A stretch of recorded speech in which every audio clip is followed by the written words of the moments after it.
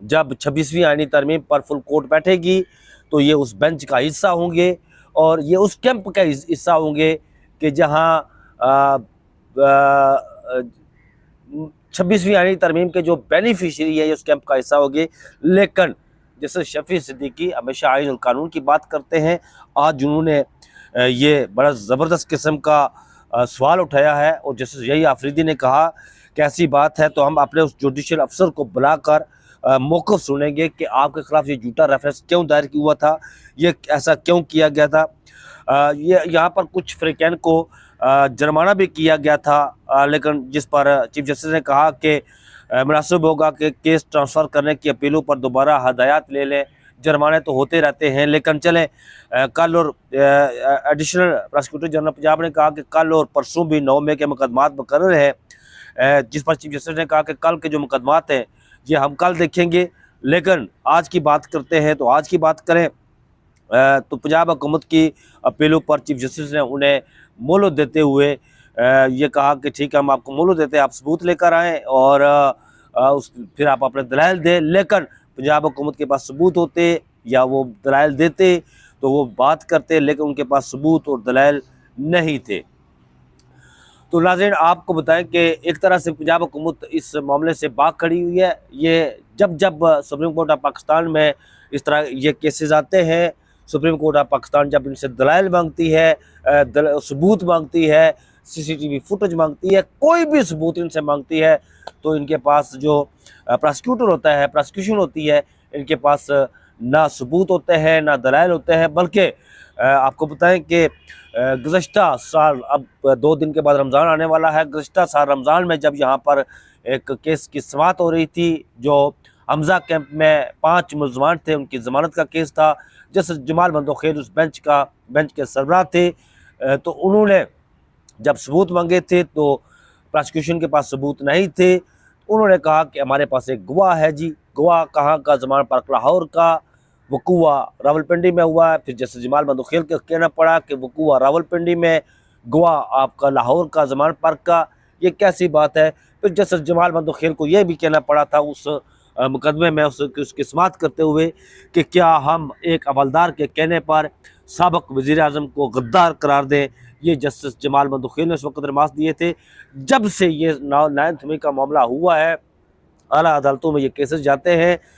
تو پراسیکیوشن کے پاس ثبوت نہیں ہوتے۔ جب بھی پراسیکیوشن سے ثبوت مانگے جاتے ہیں تو وہ اٹھ بھاگ کھڑی ہوتی ہے، کبھی چکری روڈ کا کہتی ہے، کبھی ضمانت پارک کا کہتی ہے، کبھی کسی اور جگہ کہتی ہے، لیکن دلچسپ بات یہ ہے کہ ان کے پاس جو ثبوت ہے معافی چاہتا ہوں، ان کے پاس جو ثبوت ہے، جو کہتے ہیں کہ ہم ثبوت دیں گے، وہ سارے پولیس سے ریلیٹڈ لوگ ہیں، پولیس سے ثبوت پیش کرتے ہیں کہ یہ حوالدار ہے، یہ سپاہی ہے، یہ فلاں ہے، یہ فلاں ہے، وہ ثبوت دیتے ہیں۔ ناظرین جب ہم باہر جاتے ہیں، لوگ ہم سے پوچھتے ہیں کہ کیا ہوا، تو ہم لوگوں کو جب بتاتے ہیں تو لوگ جو سلواتیں سناتے ہیں انہیں، وہ ہم یہاں بیان نہیں کر سکتے، لیکن جب وہ سناتے ہیں سلواتیں تو ہمارے کانوں سے وہ سلواتیں سنتے ہوئے دھواں نکل جاتا ہے۔ بہرحال فیصل صدیقی صاحب آج اپنے دلائل دے رہے ہیں 9 مئی کے اس کیس میں جہاں ملٹری عدالتوں میں سول کا ٹرائل ہو رہا ہے۔ فیصل صدیقی صاحب نے اپنے دلائل کا آغاز کیا تو انہوں نے سیکشن 94 کے تحت کمانڈنگ افسر کو ملزمان کی حوالگی کا صوابدیدی اختیار درست نہیں،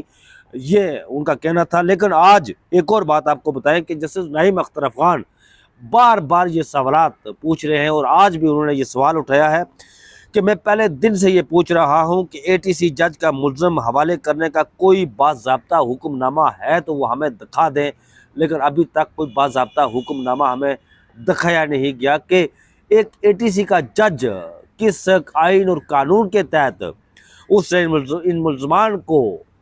ملٹری عدالتوں میں کے حوالے کیا، کوئی حکم نامہ ہے تو دکھا دیں۔ جس پر فیصل صدیقی نے کہا کہ حکم نامہ تو ہے لیکن اس میں وجوہات نہیں لکھی گئی کہ کیا وجوہات ہیں جن کی بنا پر ان ملزمان کو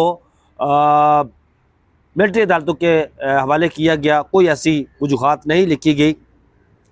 جسٹس جمال بندوخیل نے کہا کہ کیا عدالت کو دیکھنا ہوتا ہے کہ ایسے اختیار اسے ان کیسز کا اختیار ہے سماعت کا، یہ نہیں کیا لازمی ہے کہ کوئی فریق کی دائرہ اختیار کا اعتراض کرے؟ یہ جسٹس جمال بندوخیل کا کہنا تھا۔ جسٹس امین الدین خان جو اس بینچ کے سربراہ ہیں، ان کا کہنا تھا کہ عدالت کو خود اپنا دائرہ اختیار طے کرنا ہوتا ہے۔ اگر کوئی مزار قائد کا قبضہ مانگ لے تو کیا عدالت یہ کہے گی کہ کسی نے دائرہ اختیار پر اعتراض نہیں کیا؟ یہ فیصل صدیقی نے اپنے دلائل میں عدالت کے سامنے یہ بات رکھی۔ فیصل صدیقی نے یہ بھی کہا کہ لوگ یہ سمجھتے ہیں کہ ہماری عدالتی تاریخ سیاہ ہے، مگر ہماری عدالتی تاریخ بہت خوبصورت ہے، یہ ان کا کہنا تھا۔ کئی جگہوں پر ہمارے ججز نے عوام کے حقوق کا دفاع کیا۔ انہوں نے 1980 میں ضیاء الحق کے حوالے سے بات کی اور کہا کہ اس وقت ضیاء الحق فرعون، یہ لفظ استعمال کیا انہوں نے ضیاء الحق کے حوالے سے کہ وہ فرعون بنا ہوا تھا، لیکن 4-5 ججز اٹھ کر کھڑے ہو گئے اور پھر لوگوں کو، کتنے لوگوں کی زندگیاں بچی، کتنے لوگوں کو ریلیف ملا۔ یہ 190-80 کی بات کر رہے تھے فیصل صدیقی صاحب۔ ایف بی علی کیس میں بھی سپریم کورٹ نے بہت ریلیف دیا ہے۔ ایف بی علی پر دو چارجز تھے، ایک چارج سازش کا تھا، لیکن سپریم کورٹ آف پاکستان نے اس سازش کا چارج جو ہے وہ ختم کر دیا تھا۔ اس موقع پر جسٹس مسرت حلالی کا کہنا تھا کہ بلوچستان میں ایک دفعہ حالات خراب تھے، ہمیں رات کو بھی عدالت میں رکنا پڑا، امید ہے کہ آپ نے کبھی ایسے حالات نہیں دیکھے ہوں گے۔ یہ جسٹس مسرت حلالی کا فیصل صدیقی سے مکالمہ کیا انہوں نے جب کیس کی سماعت ہو رہی تھی۔ تو ناظرین آپ کو بتائیں کہ جسٹس فیصل صدیقی صاحب جو وکیل ہیں سول سوسائٹی کے، انہوں نے اس عدالت کے سامنے، آئینی بینچ کے سامنے ایک اور بات کی آج کہ مجھے اس آئینی بینچ پر پورا اعتماد ہے، یہ آئینی بینچ یہ کر سکتا ہے کہ ناظرین میں آپ کو بتا دیں کہ فیصل صدیقی صاحب ہمیشہ سے یہ بات کرتے ہیں پہلے دن سے ہی کہ کہ وہ ایک راستہ اپنے دلائل میں بھی ایک راستہ نکال رہے ہیں، درمیانی راستہ جسے کہتے ہیں وہ نکال رہے ہیں۔ ان کا کہنا ہے کہ آئینی بینچ آرمی ایکٹ کی شکوں کو کالا قدم قرار دیے بغیر بھی سویلین کا ٹرائل کالا قدم قرار دے سکتا ہے۔ یہ وہ معاملہ ہے کہ فیصل صدیقی صاحب پہلے دن سے اس پر بات کر رہے ہیں کہ یہ جو آئینی بینچ ہے یا سپریم کورٹ آف پاکستان ہے، یہ جو سیکشن 2D1 اور 12D سیکشن ہے اس کو یہ بحال رکھتے ہوئے یہ سول کا ملٹری عدالتوں میں جو ٹرائل ہے اس کو یہ کالا دم قرار دے سکتے ہیں۔ یہ آج بھی انہوں نے عدالت کے سامنے موقف رکھا اور یہ کہا کہ مجھے اس آئینی بینچ پر مکمل اعتماد ہے۔ جسٹس جمال بندوخیل نے ان سے مکالمہ کیا کہ اگر آپ اس طرح دلائل دیتے رہے تو لگتا ہے آپ کو 3 ماہ تک ہمیں سننا پڑے گا اور آپ دلائل دیتے رہیں گے، جس پر فیصل صدیقی نے کہا کہ اگر آپ چاہتے ہیں کہ میں اپنے دلائل کنکلوڈ کروں جلدی، تو پھر انہوں نے ایک حل پیش کیا، ایک دلائل دیے عدالت کے سامنے کہ آپ وہ جو جسٹس اجاز الحسن والا معاملہ ہے ناظرین آپ کو اس بینچ کا، جس میں انہوں نے سول کا ملٹری عدالتوں میں اس ٹرائل کو کالا دم قرار دیا تھا اور سیکشن 2D1 کو بھی کالا دم قرار دیا تھا۔ فیصل صدیقی صاحب پہلے دن سے ان کا موقف یہی ہے کہ آپ یہ عدالت جو ہے وہ سویلین کا ملٹری عدالتوں میں ٹرائل کے فیصلے کو کالا دم قرار دے سکتی ہے، لیکن اس کے ساتھ یہ کرنا پڑے گا کہ یہ جو جسٹس یحییٰ آفریدی نے جو اس وقت سپریم کورٹ آف پاکستان کے چیف جسٹس ہیں، انہوں نے جو نوٹ لکھا تھا کہ وہ سیکشن 2D1 اور 12D اس کو بحال رہنا چاہیے، اس لیے کہ جو جاسوس ہوتے ہیں ان کا ٹرائل کے حوالے سے یہ ضروری ہے کہ ان کا یہ معاملہ، ان کا یہ سیکشن ہوتے ہوئے ان کا ٹرائل ملٹری عدالتوں میں ہو۔ اور آج فیصل صدیقی صاحب بھی جو دلائل دے رہے تھے وہ یہی بات کہہ رہے تھے کہ اس پر وہ کیا جائے، لیکن ناظرین آپ کو بتائیں اور آپ کے سامنے یہ بات رکھیں گے کہ یہاں پر ایک اور معاملہ ہوا، وہ یہ کہ یہاں پر گزشتہ روز سے سابق وزیر اعظم پاکستان شاہد خاقان عباسی اور